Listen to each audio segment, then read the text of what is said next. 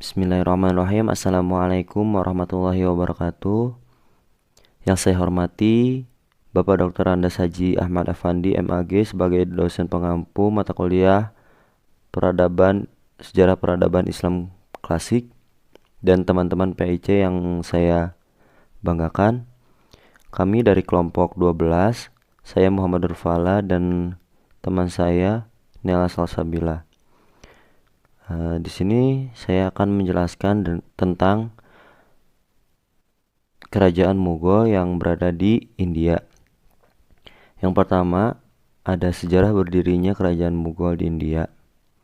Kerajaan Mughal merupakan kelanjutan dari Kesultanan Delhi, sebab ia menandai puncak perjuangan panjang untuk membentuk sebuah imperium India Muslim yang didasarkan pada sebuah sketsa antara warisan bangsa Persia dan bangsa India. Kerajaan Mughal ini bukanlah kerajaan Islam pertama di India. Jika pada dinasti-dinasti sebelumnya Islam belum menemukan kejayaannya, maka kerajaan ini justru bersinar dan berjaya. Keberadaan kerajaan ini dalam periodisasi sejarah Islam dikenal sebagai masa kejayaan kedua setelah sebelumnya mengalami kecemerlangan pada dinasti Abbasiyah. Kerajaan Mughal ini didirikan oleh Zainuddin Muhammad Babur pada 1526 sampai 1530. Salah satu cucu dari Timur Leng, ayahnya Umar Mirza, penguasa Fergana. Babur mewarisi daerah Fergana dari orang tuanya ketika ia masih berusia 11 tahun. Ia berambisi dan bertekad akan menaklukkan Samarkand yang menjadi kota penting di Asia Tenggara pada masa itu. Pada mulanya ia mengalami kekalahan, tetapi karena mendapat bantuan dari Raja Safawi Ismail, akhirnya berhasil menaklukkan Samarkand pada tahun 1494 Masehi. Pada tahun 1504 Masehi, ia menduduki Kabul, ibu kota Afghanistan. Setelah Kabul dapat ditaklukkan, Babur meneruskan ekspansinya ke India. Kala itu Ibrahim Lodi, penguasa India, dilanda krisis sehingga stabilitas pemerintahannya menjadi kacau. Alam Khan, paman dari Ibrahim Lodi, bersama-sama Daulat Khan, gubernur Lahore, mengirim utusan ke Kabul meminta bantuan Babur untuk menjatuhkan pemerintahan Lodi di Delhi. Permohonan itu langsung diterimanya pada tahun 1525 Masehi. Babur berhasil menguasai Punjab dengan ibu kota Lahore. Setelah ini ia memimpin tentaranya menuju Delhi pada tanggal 21 April 1526 Masehi. Terjadilah pertempuran yang dahsyat di Panipat. Ibrahim Lodi beserta ribuan tentaranya terbunuh dalam pertempuran itu. Babur memasuki kota Delhi sebagai pemenang dan menegakkan pemerintahannya di sana. Dengan demikian, berdirilah kerajaan Mughal di India. Selanjutnya ada strategi dan kebijakan pemerintahan kerajaan Mughal. Selama masa pemerintahan kerajaan Mughal dipimpin oleh beberapa orang raja-raja yang sempat memerintah adalah antara lain sebagai berikut. Yang pertama itu ada Zainuddin Muhammad Babur pada tahun 1526 sampai 1530 Masehi. Raja pertama sekaligus pendiri kerajaan Mughal. Masa kepemimpinannya digunakan untuk membangun fondasi pemerintahan. Awal kepemimpinannya, Babur masih menghadapi ancaman pihak-pihak musuh, utamanya dari kalangan Hindu yang tidak menyukai pendirinya. Dan berdirinya kerajaan Mughal, orang-orang Hindu segera menyusun kekuatan gabungan, namun Babur berhasil mengalahkan mereka dalam suatu pertempuran. Sementara itu dinasti Lodi berusaha bangkit kembali menentang pemerintahan Babur dengan pimpinan Muhammad Lodi. Pada pertempuran di dekat Gogra, Babur dapat menumpas kekuatan Lodi pada tahun 1529. Setahun kemudian, yakni pada tahun 1530, Babur meninggal dunia. Raja yang kedua adalah Humayun pada tahun 1530 sampai 1556 Masehi. Sepeninggal Babur, tahta kerajaan Mughal diteruskan oleh anaknya yang bernama Humayun. Humayun memerintah selama lebih dari seperempat abad. Pemerintah Humayun dapat dikatakan sebagai masa konsolidasi kekuatan periode 1. Sekalipun Babur berhasil mengamankan Mughal dari serangan musuh, Humayun masih saja menghadapi banyak tantangan. Ia berhasil mengalahkan pemberontakan Bahadur Shah, penguasa Gujarat yang bermaksud melepaskan diri dari Delhi. Pada tahun 1450, Humayun mengalami kekalahan dalam peperangan yang dilancarkan oleh Sher Khan dan Ri Afghanistan. Ia melarikan diri ke Persia. Di pengasungan Is kembali menyusun kekuatan. Pada saat itu Persia dipimpin oleh penguasa Safawiyah yang bernama Tahmas. Setelah 15 tahun menyusun kekuatannya dalam pengasingan di Persia, Humayun berhasil menegakkan kembali kekuasaan Mughal di Delhi. Pada tahun 1555 Masehi, ia mengalahkan kekuatan Khan Shah. Setahun kemudian, yakni pada saat tahun 1556, Humayun meninggal dunia. Selanjutnya ada pemimpin Akbar pada tahun 1556 sampai 1650 Masehi. Pengganti Humayun adalah Raja Mughal paling kontroversial. Masa pemerintahannya dikenal sebagai masa kebangkitan dari kejayaan Mughal sebagai sebuah dinasti Islam yang besar di India. Ketika menerima kerajaan ini, Akbar baru berusia 14 tahun, sehingga seluruh urusan pemerintahan dipercayakan oleh Bayram Khan, seorang penganut Syiah. Di awal pemerintahannya, Akbar menghadapi pemberontakan sisa-sisa keturunan Sher Khan Shah yang masih berkuasa di Punjab. Pemberontakan yang dipimpin oleh Himu yang menguasai Gwalior dan Agra. Pasukan pemberontak berusaha memasuki kota Delhi.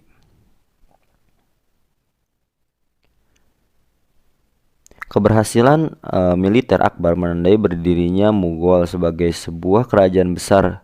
Dua gerbang India yaitu kota Kabul sebagai gerbang ke arah Turkistan dan kota Kandahar sebagai gerbang ke arah Persia dikuasai oleh pemerintahan Mughal. Menurut Abu Su'ud, dengan keberhasilan ini Akbar bermaksud ingin mendirikan negara bangsa yang nasional. Maka kebijakan yang dijalankan tidak begitu ditonjolkan spirit Islam, tetapi bagaimana mempersatukan berbagai etnis yang membangun dinastinya. Keberhasilan Akbar mengawal masa kemajuan Mughal di India. Selanjutnya ada pemimpin oleh Jahangir pada tahun 1605 sampai 1627. Kepemimpinan Jahangir yang didukung oleh kekuatan militer yang besar, semua kekuatan musuh dan gerakan pemberontakan berhasil dipadamkan, sehingga seluruh rakyat hidup dengan aman dan damai. Pada masa kepemimpinannya Jahangir berhasil menundukkan Bengala pada tahun 1612 Masehi. Mewar 1614 Masehi. Kangra. Usaha-usaha pengamanan wilayah serta penaklukan yang ia lakukan mempertegas kenegarawan yang diwarisi dari ayahnya yaitu Akbar. Selanjutnya ada kepemimpinan dari Shah Jahan pada tahun 1628 sampai 1658. Tampil menggantikan Jahangir, bibit-bibit disintegrasi mulai tumbuh pada pemerintahannya. Hal ini sekaligus menjadi ujian terhadap politik toleransi Mughal. Dalam masa pemerintahannya terjadi 2 kali pemberontakan. Tahun pertama pada pemerintahan Raja Juhar Singh Bundela berupaya memberontak dan mengacau keamanan, namun berhasil dipadamkan. Raja Juhar Singh Bundela kemudian diusir. Pemberontakan paling hebat datang dari Afghan Pir Lodi atau Khan Jahan, seorang gubernur dari provinsi bagian selatan. Pemberontakan ini cukup menyulitkan, namun pada tahun 1631 pemberontakan ini pun dipatahkan oleh dan Khan Jahan dihukum mati. Pada masa ini para pemukim Portugis di Benggala barulah di samping mengganggu keamanan dan toleransi hidup. Mengganggu toleransi hidup beragama. Mereka menculik anak-anak untuk dibaptis masuk agama Kristen. Tahun 1632 Shah Jahan berhasil para pemukim Portugis dan mencabut hak-hak istimewa mereka. Shah Jahan meninggal dunia pada 1657 setelah menderita sakit keras. Setelah kematiannya terjadi perang saudara. Selanjutnya dipimpin oleh Aurangzeb pada tahun 1658 sampai 1707. Aurangzeb menghadapi tugas yang sangat berat. Kedaulatan Mughal sebagai entitas Muslim India nyaris hancur akibat perang saudara. Maka masa pemerintahannya dikenal sebagai masa pengembalian kedaulatan umat Islam. Periode ini merupakan masa konsolidasi 2 kerajaan Mughal sebagai sebuah kerajaan dan sebuah negeri Islam. Aurangzeb berusaha mengembalikan supremasi agama Islam yang mulai kabur akibat kebijakan politik keagamaan Akbar. Yang selanjutnya ada kepemimpinan Bahadur Shah pada tahun 1707 sampai 1712. Raja-raja pengganti Aurangzeb merupakan penguasa yang lemah sehingga tidak mampu mengawasi kemerosotan politik dalam negeri. Raja-raja sesudah Aurangzeb menjawab kemunduran dan kehancuran kerajaan Mughal. Bahadur Shah menggantikan kedudukan Aurangzeb. 5 tahun kemudian terjadi perebutan antara putra-putra Baharuddin Shah. Jehandar dimenangkan dalam persaingan tersebut dan sekaligus dinobatkan sebagai Raja Mughal oleh Jenderal Zulfikar Khan. Meskipun Jehandar adalah yang paling lemah di antara putra Bahadur, penobatan ini ditentang oleh Muhammad Fakhrushah, keponakannya sendiri. Selanjutnya ada kepemimpinan dari Jehandar pada tahun 1712 sampai 1713. Pada masa pemerintahan Shah Alam 1760 sampai 1806, kerajaan Mughal diserang oleh pasukan Afghanistan yang dipimpin oleh Ahmad Khan Durrani. Kekalahan Mughal dari serangan ini berakibatkan jatuhnya Mughal ke dalam kekuasaan Afghanistan. Shah Alam tetap diizinkan berkuasa di Delhi dengan jabatan sebagai Sultan Akbar II 1807 sampai 1837. Masehi pengganti Shah Alam memberikan konsesi kepada AIC untuk mengembangkan perdagangan di India sebagaimana yang diinginkan oleh pihak Inggris, dengan syarat bahwa perusahaan Inggris harus menjamin penghidupan raja dan keluarga istana. Kehadiran AIC menjadi awal masuknya pengaruh Inggris di India. Yang terakhir itu ada pimpinan dari Bahadur Shah pada tahun 1837 sampai 1858. Bahadur Shah, pengganti Akbar II, menentang isi perjanjian yang telah disepakati oleh ayahnya. Hal ini menimbulkan konflik antara Bahadur Shah dengan pihak Inggris. Bahadur Shah dan raja terakhir kerajaan Mughal diusir dari istana pada tahun 1885 Masehi. Dengan demikian berakhirlah kekuasaan kerajaan Mughal di India. Selanjutnya ada perkembangan dan kejayaan kerajaan Mughal yang akan dipaparkan oleh teman saya, Nel Salsabila. Kepadanya saya persilahkan. Bismillahirrahmanirrahim. Assalamualaikum warahmatullahi wabarakatuh. Perkenalkan, nama saya Nela Salsabila dengan NIM 1908101115 dari kelas PAIC atau semester 4. Baik, selanjutnya di sini saya akan menjelaskan mengenai perkembangan masa kejayaan Kerajaan Mughal serta kemunduran dan runtuhnya Kerajaan Mughal. Baik, langsung saja. Yang pertama, saya akan menjelaskan mengenai perkembangan masa kejayaan Kerajaan Mughal. Masa kejayaan Kerajaan Mughal dimulai pada pemerintahan Akbar pada tahun 1556 sampai 1506 Masehi, dan 3 raja penggantinya yaitu Jengahir pada tahun 1605 sampai 1628 Masehi, Shah Jahan pada tahun 1628 sampai 1658 Masehi, Aurangzeb pada tahun 1658 sampai 1707 Masehi. Setelah itu, kemajuan Kerajaan Mughal tidak dapat dipertahankan oleh raja-raja berikutnya. Akbar mengganti ayahnya pada saat usia 14 tahun, sehingga urusan kerajaan diserahkan kepada Bairam Khan, seorang Syi'i pada masa pemerintahannya. Akbar melancarkan serangan untuk memerangi pemberontakan sisa-sisa keturunan Sheikh Khansa yang berkuasa di Punjab. Pemberontakan lain dilakukan oleh Himu yang menguasai Gwalior dan Agra. Pemberontakan tersebut disambut oleh Bairam Khan sehingga terjadi peperangan dahsyat yang disebut Panipat 2 tahun pada 1556 Masehi. Himu dapat dikalahkan dan ditangkap kemudian dieksekusi.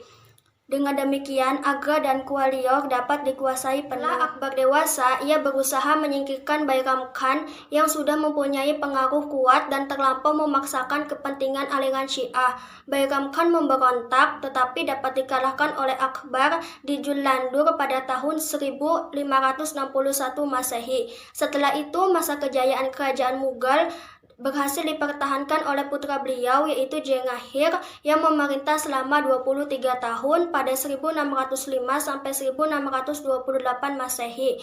Namun Jengahir adalah penganut Ahlus Sunnah wal Jamaah sehingga din ilahi yang dibentuk ayahnya menjadi hilang pengaruhnya. Sepeninggalan Jengahir, pucuk kekuasaan Kerajaan Mughal dipegang oleh Shah Jahan yang memerintah Mughal selama 30 tahun pada 1628 sampai 1658 Masehi. Setelah itu, pengganti Shah Jahan yaitu Aurangzeb. Beliau berhasil menduduki tahta kerajaan setelah berhasil menyingkirkan para pesaingnya. Pada masanya, kebesaran Mughal mulai menggema kembali dan kebesaran namanya pun disejajarkan dengan pendahulunya dulu yaitu Akbar. Adapun usaha-usaha Aurangzeb dalam memajukan kerajaan Mughal diantaranya yaitu menghapuskan pajak, menurunkan bahan pangan, dan memberantas korupsi. Kemudian ia membentuk peradilan yang berlaku di India yang dinamakan Fatwa Alamgiri, sampai akhirnya meninggal pada tahun 1707 Masehi. Selama 1,5 abad, India di bawah dinasti Mughal menjadi salah satu negara adikuasa. Ia menguasai perekonomian dunia dengan jaringan pemasaran barang-barangnya yang mencapai Eropa, Timur Tengah, Asia Tenggara, dan Cina. Selain itu, India juga memiliki pertahanan militer yang tangguh dan sukar ditaklukkan dan kebudayaan yang tinggi.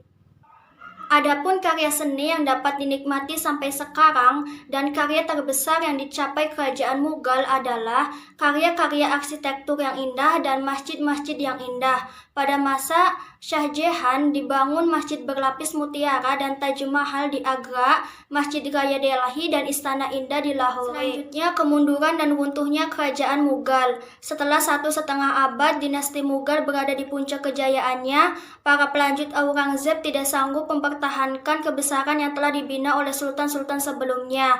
Pada abad ke-18 Masehi, kerajaan ini memasuki masa-masa kemunduran. Kekuasaan politiknya mulai merosot, suksesi kepemimpinan di tingkat pusat menjadi ajang perebutan, gerakan separatis Hindu di India Tengah, Sikh di belahan utara dan Islam di bagian timur semakin lama semakin mengancam. Sementara itu, para pedagang Inggris untuk pertama kalinya diizinkan oleh Jengahir menanamkan model di India dengan didukung oleh kekuatan bersenjata semakin kuat menguasai wilayah pantai. Pada masa Aurangzeb, pemberontakan terhadap pemerintahan pusat memang sudah muncul, tetapi dapat diatasi. Pemberontakan itu bermula dari tindakan-tindakan Aurangzeb yang dengan keras menerapkan pemikiran puritanismenya. Setelah ia wafat, penerusnya rata-rata lemah dan tidak mampu menghadapi problema yang ditinggalkannya. Dengan demikian, adapun sebab-sebab keruntuhan kerajaan Mughal diantaranya yang pertama, terjadinya stagnasi pembinaan militer sehingga operasi militer di Inggris di wilayah pantai tidak dapat dipantau. Yang kedua, kemerosotan moral dan hidup mewah di kalangan elit politik yang mengakibatkan pemborosan dan penggunaan uang negara. Yang ketiga, pendekatan Aurangzeb yang terkesan kasar dalam mendakwahkan agama. Yang keempat, pewaris tahta pada paruh terakhir adalah pribadi-pribadi yang lemah. Mungkin sekian penjelasan dari saya, kurang lebihnya mohon maaf. Wabillahi taufiq wal hidayah. Wassalamualaikum warahmatullahi wabarakatuh.